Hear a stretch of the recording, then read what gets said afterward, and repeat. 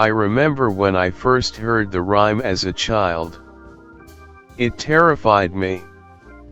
To me, the crooked man was some sort of boogeyman with freakishly long arms and legs that were twisted and broken in horrifying ways.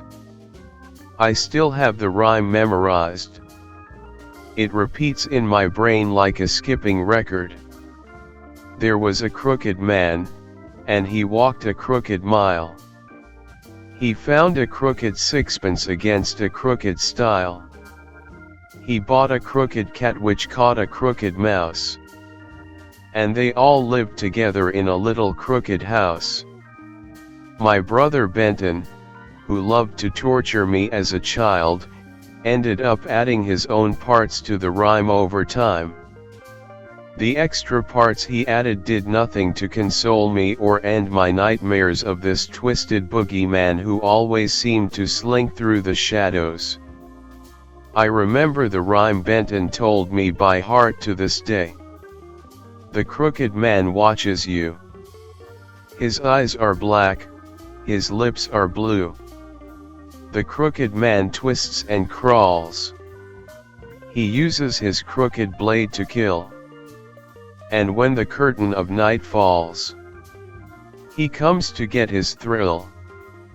So I found it strange when, a few weeks ago, I was sitting with a couple of my friends drinking and the subject of the crooked man came up again. They were rambling about shootings and serial killers and other fairly interesting subjects that I knew almost nothing about. But my friend Iris knew everything about such morbid subjects. She was a small drink of water, no more than 5 feet, with platinum blonde hair and green eyes like a cat. She was extremely attractive with high cheekbones and a small nose and chin. She always talked extremely fast and made violent slashing gestures with her hands. Sometimes I wondered if she had a secret amphetamine habit I didn't know about. But did you hear about the murders in Union? Iris asked, glancing over at her boyfriend, Ben. Ben was the opposite of Iris, tall and nerdy with thick, black-rimmed glasses and a low whisper of a voice. I just heard that some kids went missing, Ben murmured. I shrugged. I don't watch TV, I said. The news is all bullshit anyway. They only show you the bad stuff. After all, no one wants to hear about new breakthroughs in fusion technology or discoveries in particle physics. Instead, people just want to watch others get murdered, robbed, and beaten, so that they can feel that at least someone else has it worse than them. That's all the news is, really, a form of schadenfreude, the joy people get from seeing others' misfortune and suffering. Our entire media industry is built on a foundation of schadenfreude. I took a long sip from my beer, a harpoon that tasted like pure raspberries. Iris rolled her eyes. While probably true, I don't care, she said, turning her green eyes on me. Don't you want to know what happened to the kids? I do, Ben said, leaning forward. Was it something supernatural? Iris gave a sardonic laugh at that. Ben sat back, offended. What's so funny? I heard there was weird stuff going on around that factory. In fact, I heard they used to manufacture some dye there for clocks and stuff, right? So all these people went to work, painting watches, and clocks and whatever else they told them to paint. It was this special green dye that would glow in the dark. The factory was staffed by mostly women, and I heard they used to lick their paintbrushes to form them into points. They figured this stuff was just regular paint that glowed in the dark. I leaned back, interested. Ben started talking faster, getting more animated. "So what happened?" I asked, my curiosity piqued. "Well, the workers started getting cancer and dying in huge numbers," Ben continued as the kitchen lights sparkled off his glasses. "One woman even had her entire jaw rot off. Others had pieces of their faces falling off. So it turns out, they were using radioactive isotopes to make the paint glow. And these women were just licking the paintbrushes and touching the paint." "Holy shit," I whispered, horrified. "They called them the Radium Girls," Ben said. "That factory killed hundreds and hundreds of people. That's why a lot of people think it's haunted. People claim they see ghosts and weird shit around it. And that's not all. The case gets even weirder when you look at workers' families. It seems a lot of their kids went missing, too. The cops never found any of them. The entire time the factory was operational, and even after it shut down, the families of the workers kept having strange things happen: children disappearing from their bedrooms in the middle of the night, strange murders, and unexplained suicides that kept killing off healthy, normal people all over town." "So, anyways," Iris continued, looking slightly annoyed at the interruption, "the kids that went into that abandoned factory were all found, torn apart. Their limbs were all amputated and crooked." She leaned forward, using her spooky campfire voice. "And the limbs were long. Freakishly long, as if they had just grown overnight to inhuman lengths before they got lopped off. But they never found the heads or the torsos. All they found was 10 legs and 10 arms. And no one knows what happened." I asked. She shook her head. "Officially, no. The police and media said it was some sort of serial killer, of course. But there wasn't a shred of evidence anywhere. It was like a ghost had done it.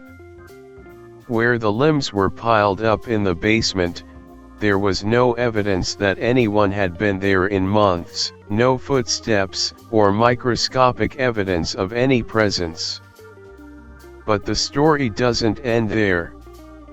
Because there were 6 teenagers that went into that building, and one of them was found alive 3 months later, wandering, covered in blood and scratches, mostly naked and totally insane. One of my friends is an EMT, and she said that the kid would not stop talking about the crooked man taking his friends and keeping him prisoner in some other world. At the mention of those words, the crooked man, a chill went down my spine.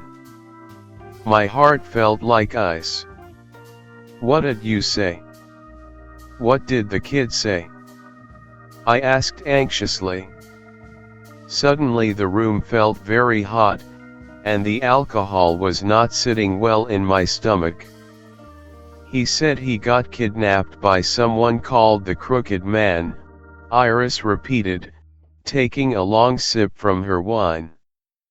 "According to the kid, it was some sort of fucking monster, apparently. I think his mind must have just snapped. He was probably kidnapped and held in the basement of some serial killer for 3 goddamned months.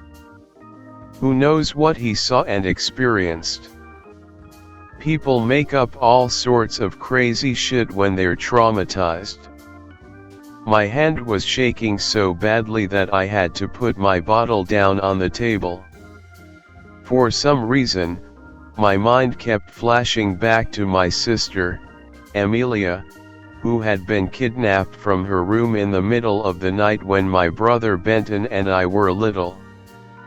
She had never been found. We had never gotten a ransom note or found a body. It was as if Amelia had simply disappeared, vanished from the surface of the planet in an instant. I think some of that stuff is real, Ben said. People have been talking about cryptids and ghosts for thousands of years across countless different and unrelated cultures. What are the chances that all of them are just hallucinations or delusions? I didn't know, but I thought I might know someone who might. My brother Benton was a long-term drug addict living in a flop house. I went to see him the next morning. He opened the door with a glazed, half-aware expression.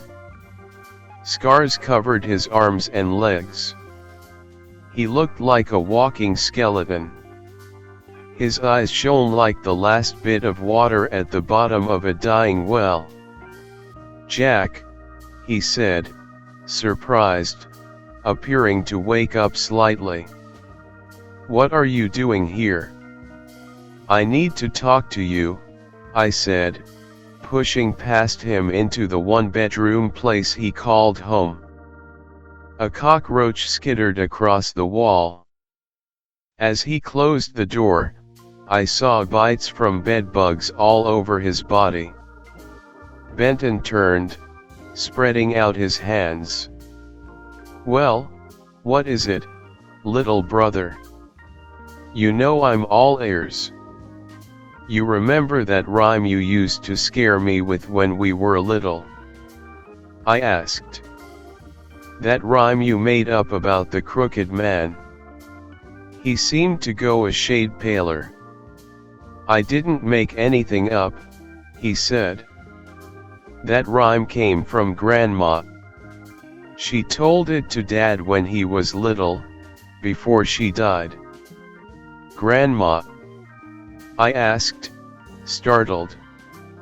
"Our grandmother had died of cancer when she was extremely young, in her late 20s. Did you hear about the murders over in Union? The survivor was talking about the crooked man." "That's pretty freaking weird, man," he said.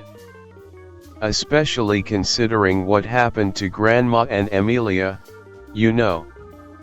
He sat down on the threadbare mattress, laying back and sighing. "Why is it weird?" I asked. "Because, you know, that's where Grandma used to work. At that factory in Union. Didn't Dad ever tell you?" I shook my head, feeling sick. "So Grandma was one of the radium girls?" I said. My brother shrugged his thin shoulders, the stained t-shirt clinging tight to his frail body. "I don't know what that is, but whatever she was doing there, it killed her." "But what does that have to do with Amelia?" I asked, my heart pounding at the mention of our long-lost little sister. He shook his head in wonder. "You don't remember? You were older than me when it happened. Before she went missing, she kept talking about the same thing, saying weird stuff about some crooked man. Don't you remember what happened the night she went missing?" I thought back, but it all seemed like a blur. I remembered flashing police sirens and my parents screaming. I had tried to block it out, but apparently Benton hadn't been able to. That night must be like a fresh wound on his mind all the time. "No, I just remembered, screaming, and police," I whispered, my voice trailing off into nothing. Benton leaned forward on the bed, looking sick. "We both saw it," he said. "The crooked man. That thing she was talking about. It was real. We saw it in her room that night when it took her." I shook my head, refusing to look at him. Feeling sick, I walked toward the door without looking back. "Where are you going?" "I'm going home," I said. "I can't deal with this shit right now." But that night, I would find out that the long-lost nightmare from my childhood was not nearly as buried in the past as I thought. I was laying in my dark bedroom, reading the local news on my phone, when I saw an article that disturbed me greatly. I sat up, looking out the window into the cloudless night. The sky hung overhead like a black hole, colorless and empty. Fear radiated through my heart as I glanced back down at the screen and started reading. "Sole survivor of serial killer commits suicide," the article read in garish black and white letters.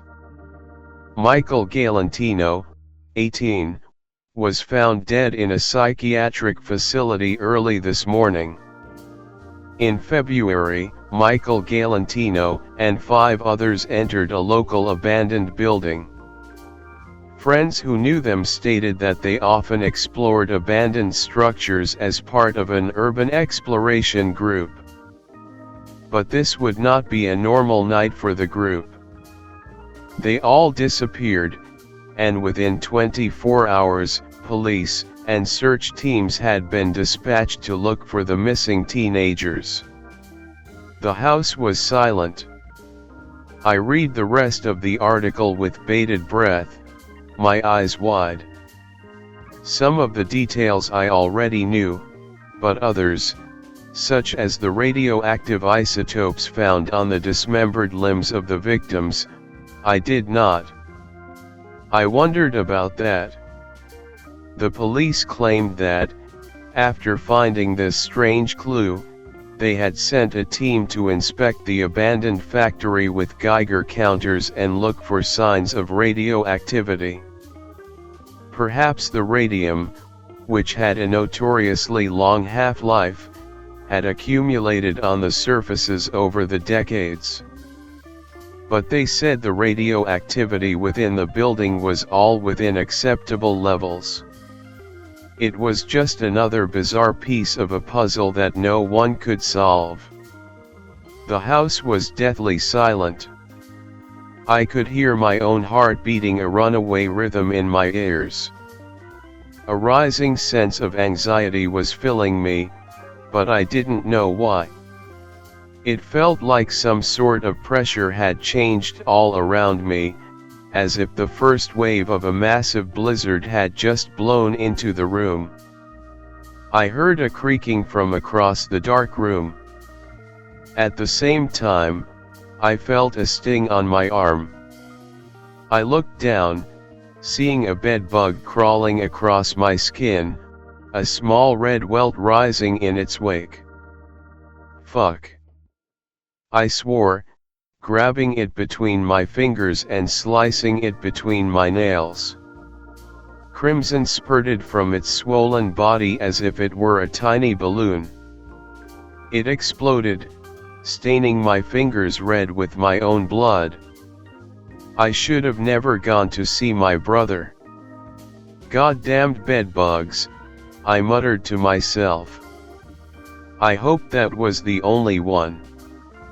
If I had picked up some extra travelers at the flop house, I knew they would spread throughout the entire house within days. The creaking came again, louder this time, almost insistent.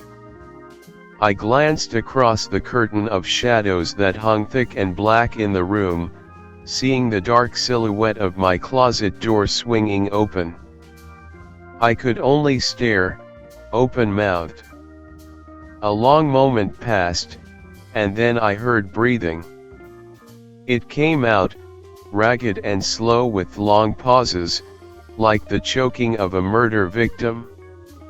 Slowly, I raised my phone's dim light, shining it across the room. On the closet door, I saw 4 inhumanly long, crooked fingers. They shone pale like the skin of a corpse.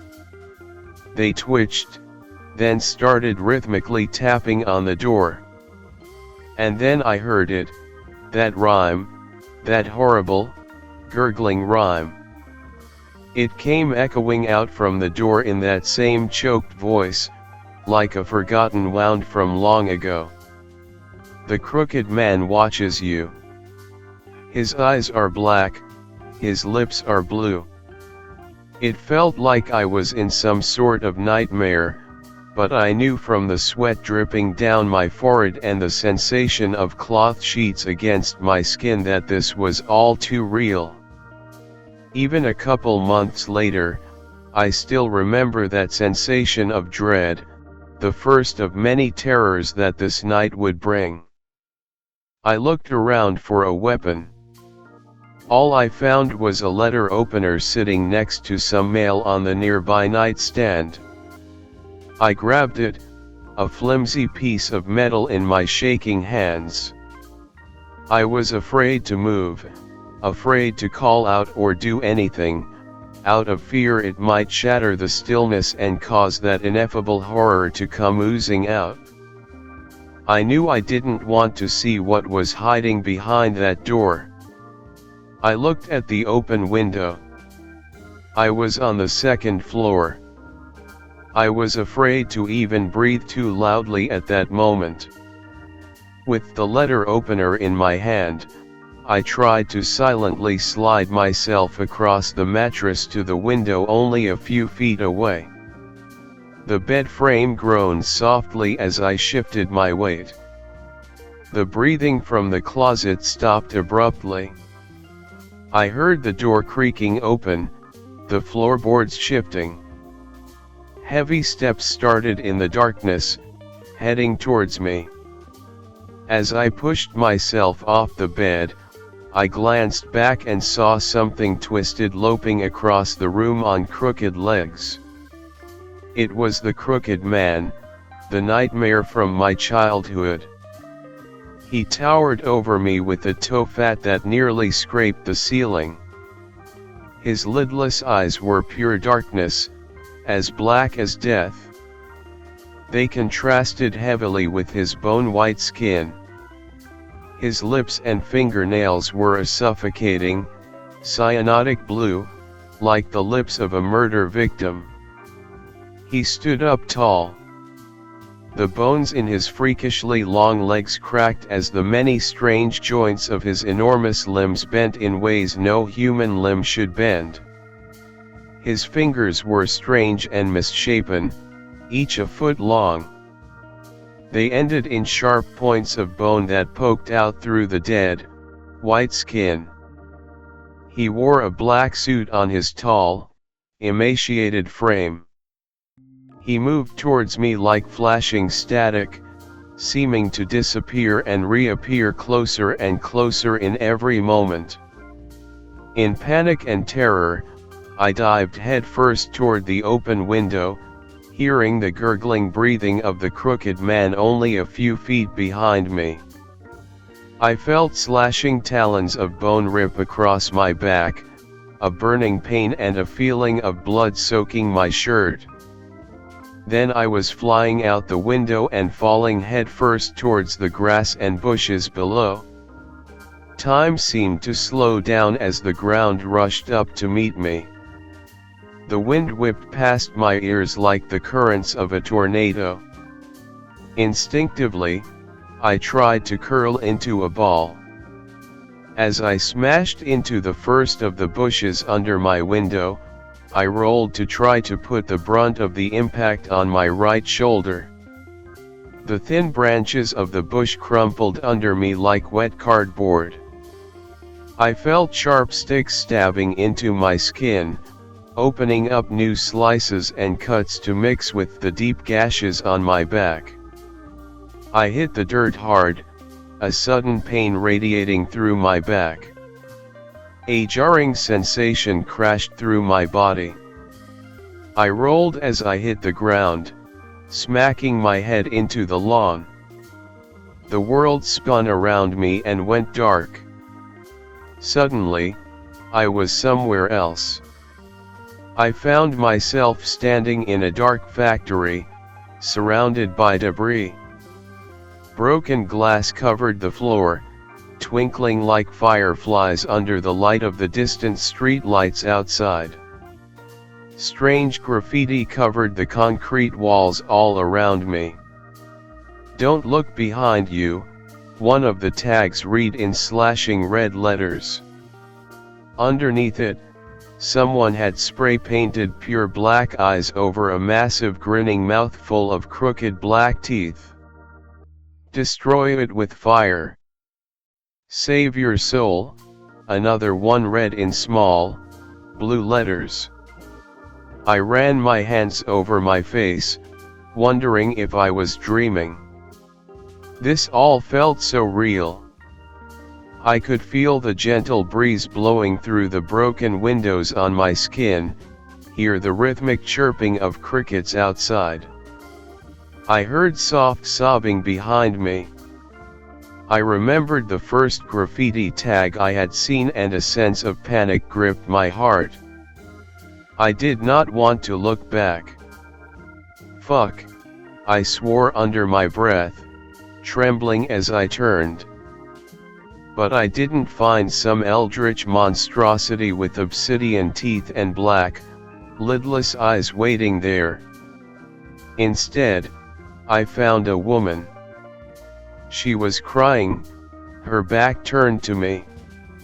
She wore a black funeral gown that looked ancient and decayed. With a trembling heart, I took a step forward, wondering if I would regret this. "Hello," I called out. She spun, her eyes widening. In front of me stood a pretty blonde woman in her mid-20s, one that I immediately recognized.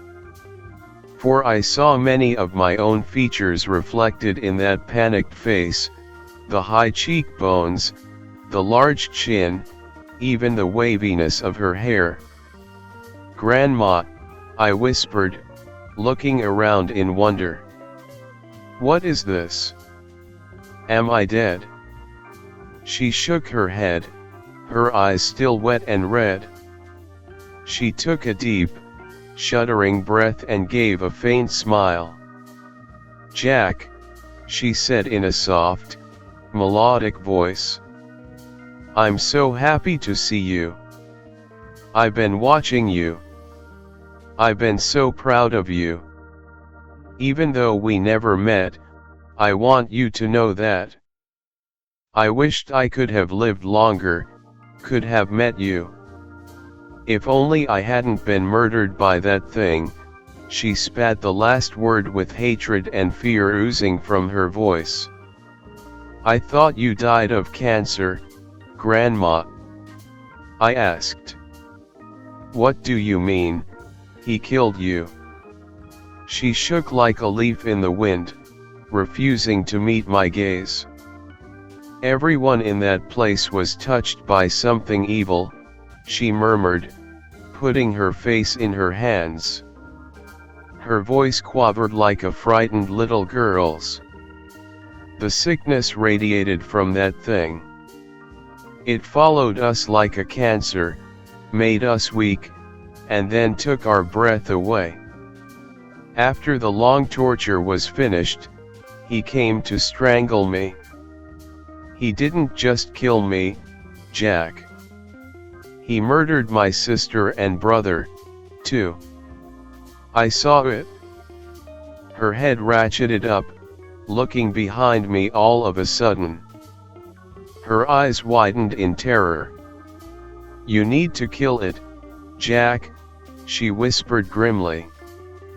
"He's woken up again after all these years, and he's starving. The crooked man must feed, and feed he will if you don't stop him.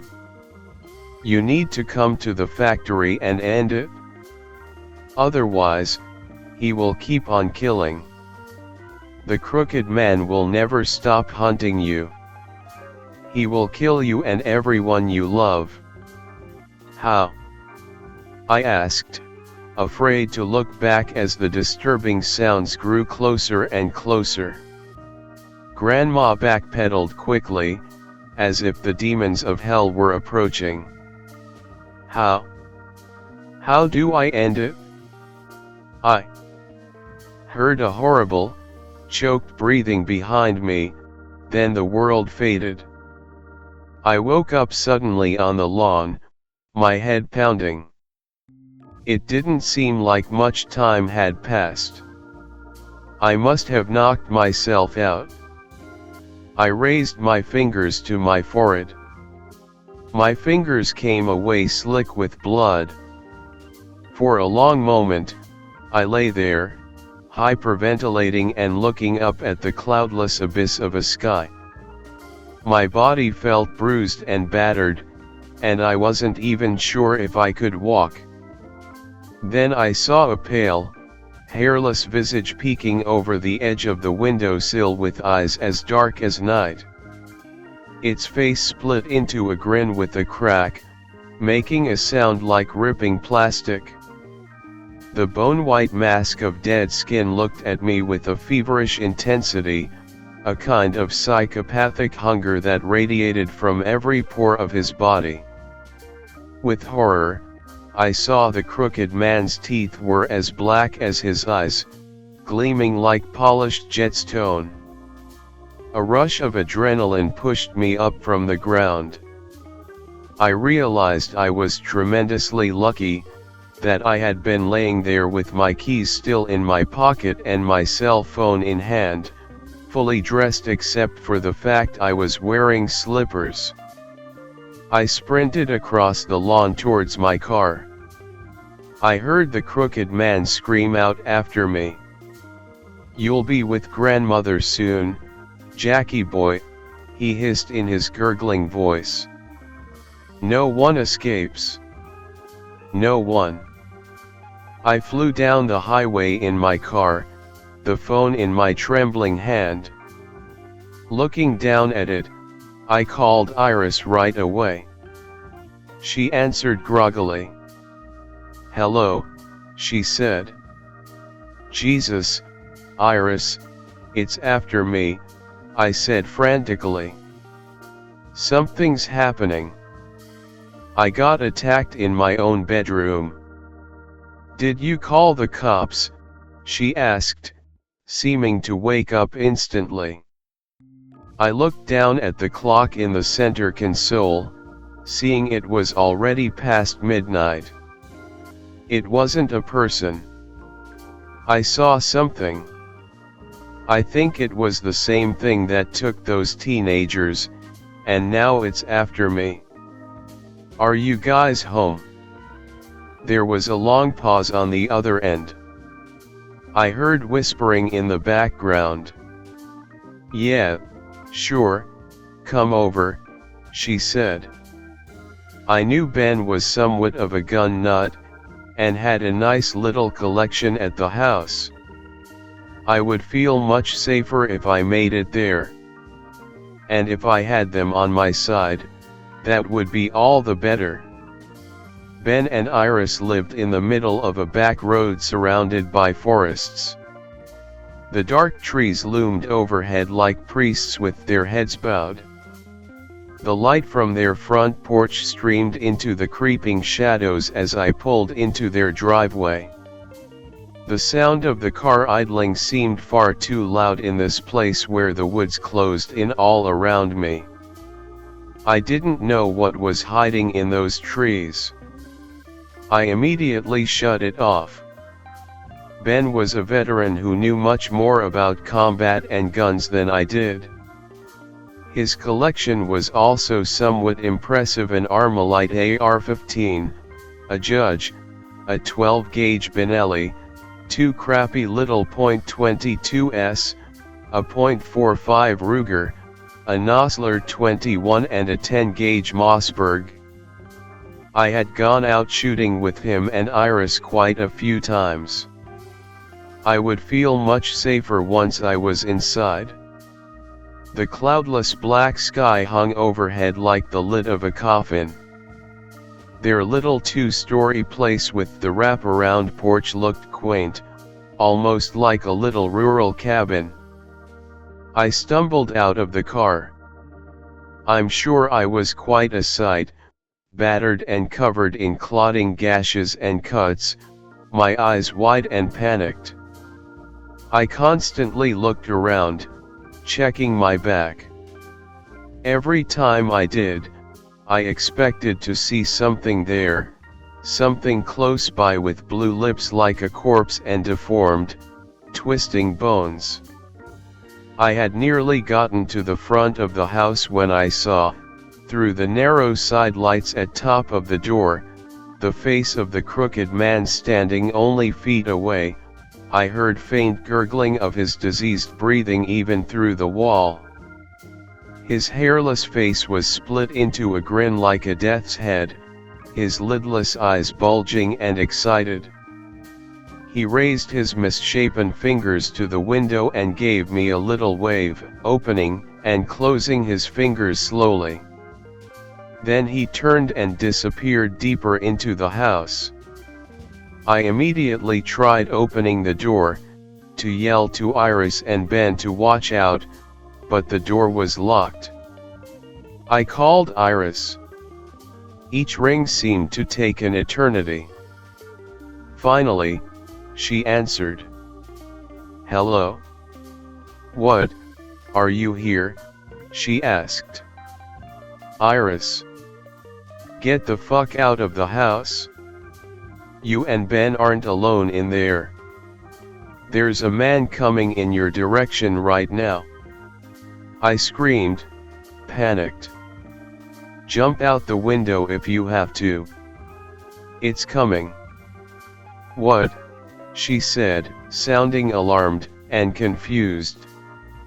"Are you being serious?" I heard soft murmuring in the background. "Tell Ben to grab a gun right now." I started to say, but a high-pitched scream carried through the phone and the house at that moment. "Iris? Iris? Answer me," I said. The call immediately went dead. From inside, I heard the first of the gunshots. At that point, I decided to run back to my car. I needed to get inside and help them. A small voice in the back of my mind asked me what I could possibly do, however. If an AR-15 or a lead slug from a 12-gauge couldn't stop the crooked man, then what could? At that moment, I wished fervently that Grandma would have told me. I grabbed a tire iron from the back of my trunk and sprinted back toward the front of the house. They had large windows leading into the kitchen from their wraparound porch. Without hesitation, I drew the tire iron back and smashed it. The tinkling of glass seemed explosively loud. I realized that the gunshots and screaming had stopped. At that moment, something pale came scurrying around the side of the building. I jumped, but I looked over and realized it was Iris, dressed in a white hoodie and white pants. Her pale face was contorted with mortal terror. To my horror, I realized hundreds of small drops spattered her clothes, covering her face and body like crimson raindrops. She had the .45 Ruger in her hands, and she was limping. "Where's Ben?" I cried. She shook her head. I jumped out the bedroom window. "He was behind me," she said. Suddenly, there was another explosion of glass from behind the house. Something heavy thudded hard against the ground. We heard wretched wailing follow it. Looking at each other with horrified eyes, we both turned and ran towards the noise. We found Ben laying on the lawn. The right side of his neck was nearly severed. Bright red streams of blood spurted from the mutilated flesh. His back looked broken as well. He lay there like a hornet smashed under someone's boot. With dilated eyes, he looked from me to Iris. Terror and agony oozed from his eyes. He opened his mouth to say something, but only a frothy puddle of blood came up.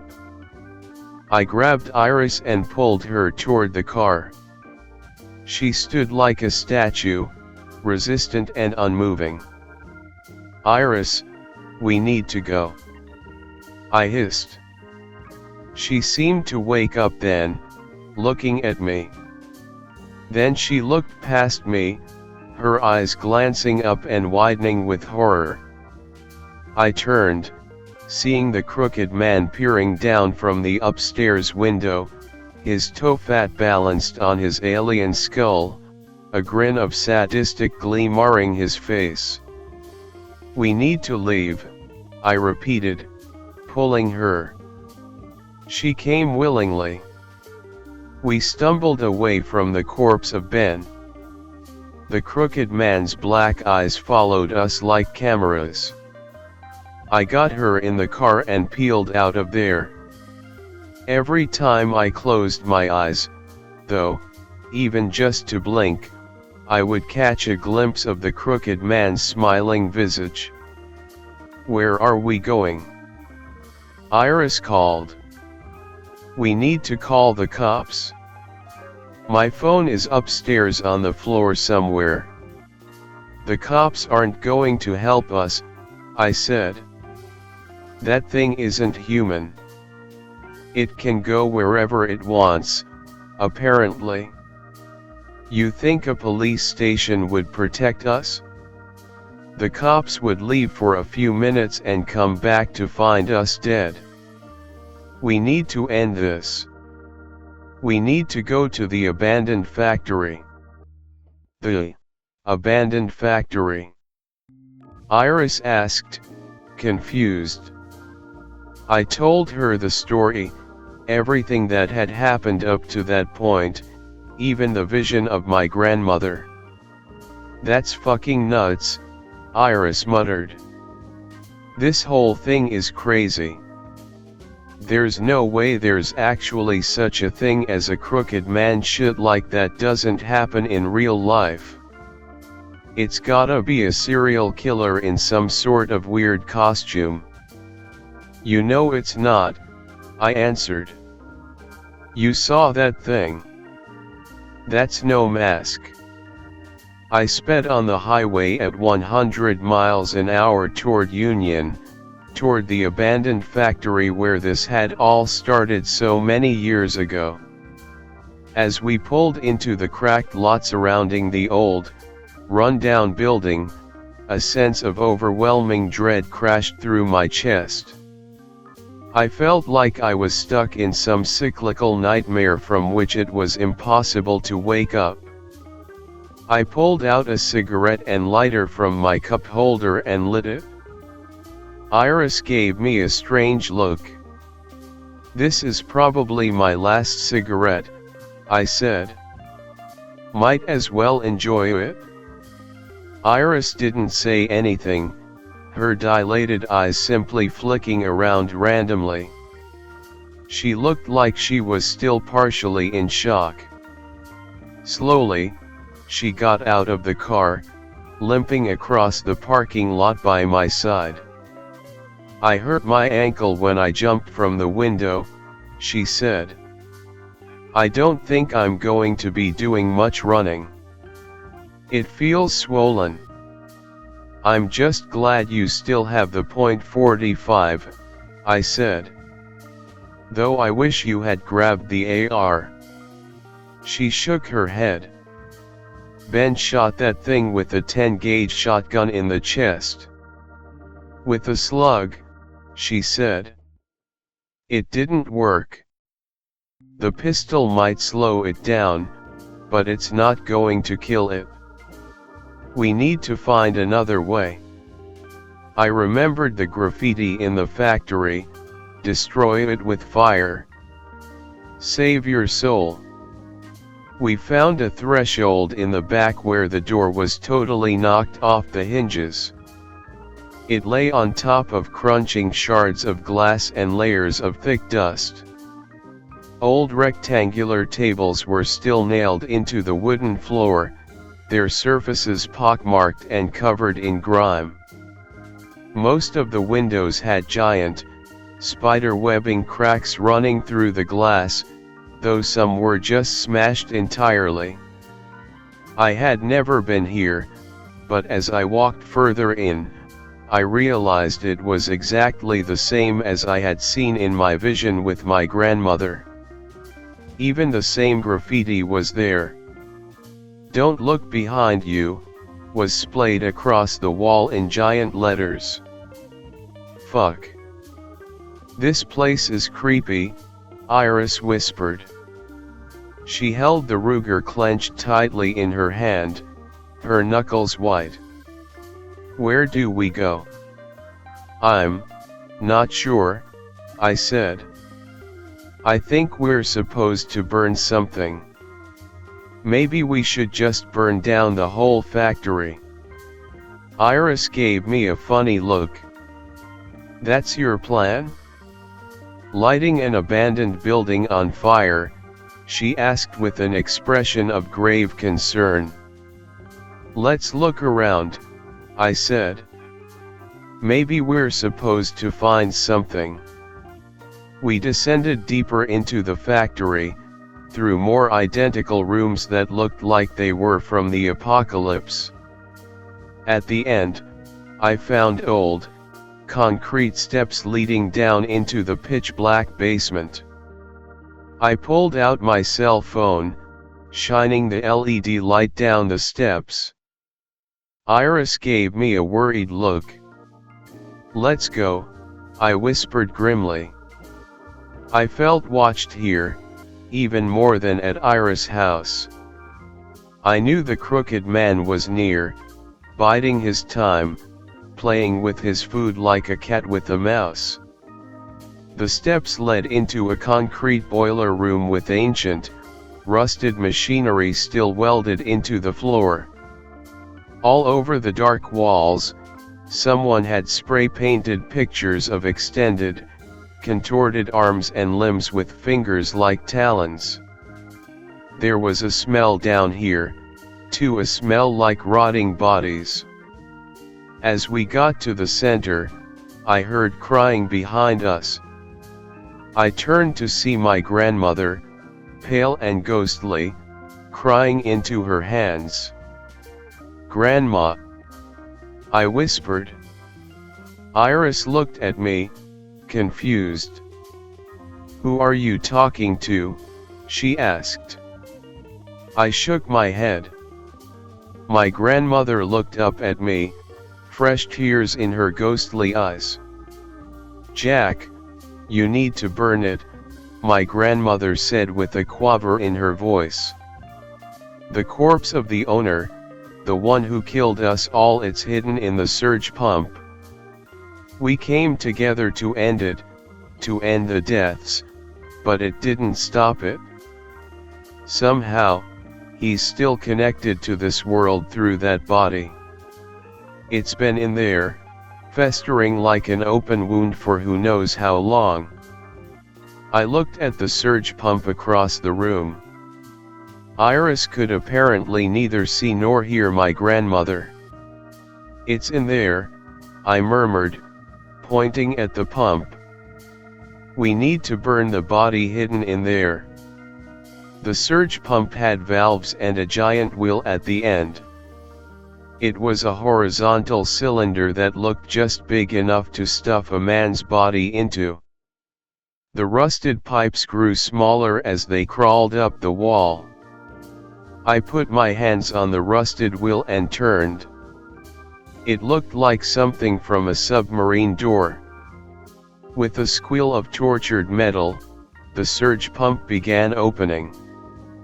It was difficult going. Iris came and put her small body behind it, and I felt it turning faster. How are we going to burn it, though? I asked myself, grunting through the effort. Looking behind the surge pump, I found the answer.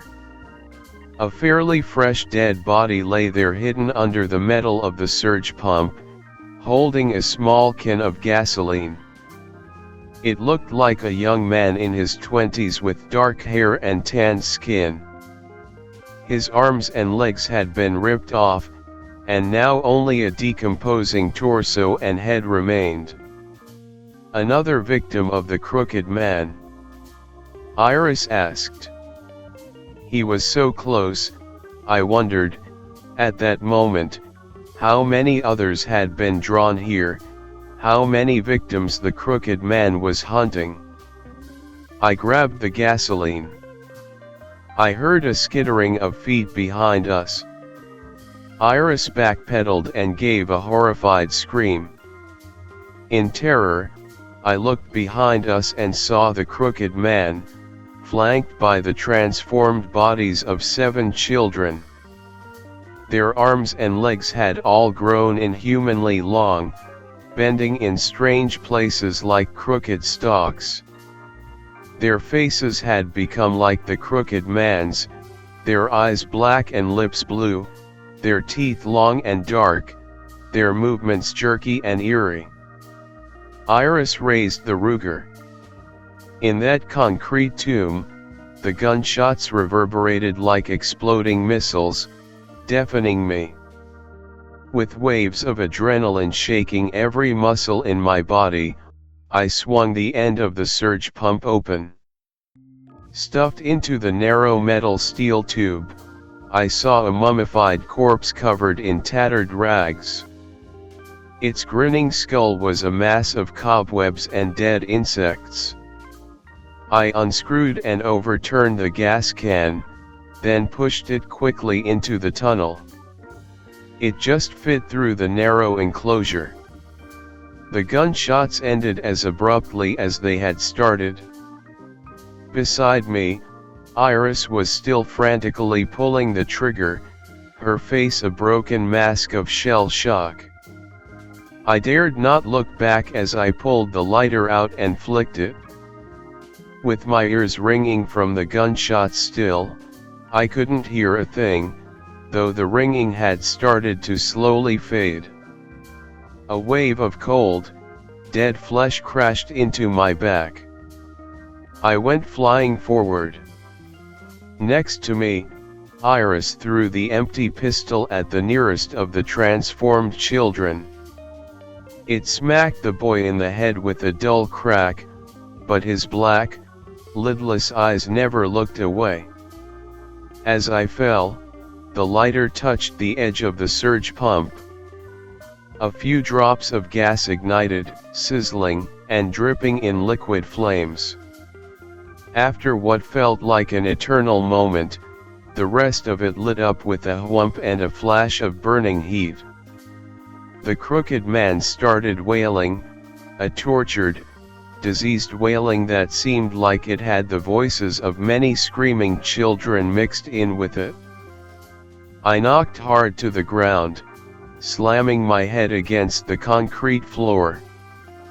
4 of the children used their bent, stick-like arms to gingerly pull the burning mummy out of the metal tomb, their claws talons of fingers grabbing the burning flesh without hesitation. On the other side of the room, the form of the crooked man started to blacken and drip as his mummy did the same. Next to me, a transformed girl in blood-stained rags held Iris' arms tightly behind her back. Iris gave a scream of pain. I saw the demonic girl biting at Iris' neck and shoulders over and over with her long, black teeth, ripping off strips of bloody skin and muscle between her blue, dead lips. She grinned as she bit and chewed. Iris struggled like a woman being burned alive, but the superhuman strength of the girl held Iris' wrists pinned together behind her back with an iron grip. With the sound of hissing flames and shrieking echoing all around me, I watched as the children laid the burning body of the crooked man gingerly on the concrete floor. One by one, they laid down on it, smothering the fire with their own pale bodies. The flames continued to whip and flicker for a long moment. The children's bodies caught on fire, their white skin blackening and cooking. Even as they burned, though, the fire on the crooked man's body had started to die down, and the mummified corpse wasn't even most of the way burned yet. No. I wailed, a sense of deep loss ripping its way through my heart. I saw Iris, too, her entire body covered in blood, her white clothes turned ruby red with blood and gore. She had stopped screaming and struggling by this point, even as the girl leaned forward and ripped her left ear off with her predatory teeth. The flesh gave a sickening tearing sound as it came off. Iris' eyes rolled up in her head, showing only the whites as her teeth chattered. The demonic girl laughed and pushed the limp form of Iris forward. Her still body spurted blood from dozens of deep gashes. Her legs and arms twitched, as if she were seizing. I found myself alone with these abominations. The crooked man's screaming stopped suddenly. He stepped forward, his bleached white skin blackened and peeling now. His clothes had nearly burned off, and his toe fat stood as a smoldering pile of ashes. Yet he still moved fast, seeming to disappear and reappear closer and closer, his misshapen legs jerkily skittering to the left and right in rhythmic cracks. Then he was standing over me, a pillar of burnt skin and insanity. With his sharp fingers, he reached down and grabbed me. I blacked out at that moment, and merciful oblivion took over my mind.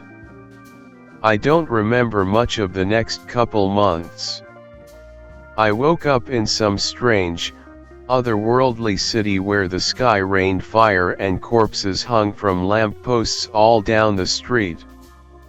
Empty skyscrapers filled with skeletons and spiderwebs stretched around me, seemingly forever. I could see no end to the city in any direction, even from the top of the highest buildings. The world there was always dark, the sky always black and cloudless as drops of burning flame fell from it, searing me whenever I tried to go outside. I wandered there constantly, the crooked man always behind me. As I wasted away in that land of shadows, he grew stronger, his body healing slowly. I felt something vital and deep within my heart drained more and more, day by day, until I was no more than a walking skeleton clad in rags, hopeless and insane. After what felt like an eternity of endless nights in that place, waking up to see the crooked man grinning over me, it abruptly changed. One day, I woke up at the edge of some woods in a light drizzle, the rain soaking my threadbare clothes. My emaciated body shivered constantly. I started crawling out to find help.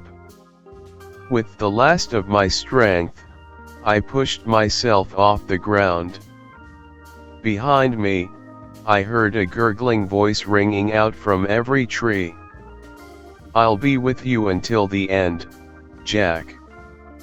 I need you just as you need me." For the more who know my story, the more fear will spread, and I will be able to come into their homes next. For this, you must live. But I will always be watching you, and soon, we will be reunited. To me, you must always return. A driver found me wandering the roads, shell-shocked and half-mad, about 20 minutes later. The police came, surprised to see me still alive. Apparently, I had been missing for over 2 months. They had found the bodies of Iris and Ben, and assumed that I had been abducted and killed by the same serial killer. I tried to explain the true story over and over to anyone who would listen, but they simply gave me sickening looks of pity and ordered an involuntary commitment to a psych ward. After a few days in the psych ward, they reluctantly released me. No one believed a word I had said. The cops thought it was some sort of mass psychosis, I'm sure, some urban legend that delusional idiots had come to believe was real. But I know it was real. I know my days are numbered.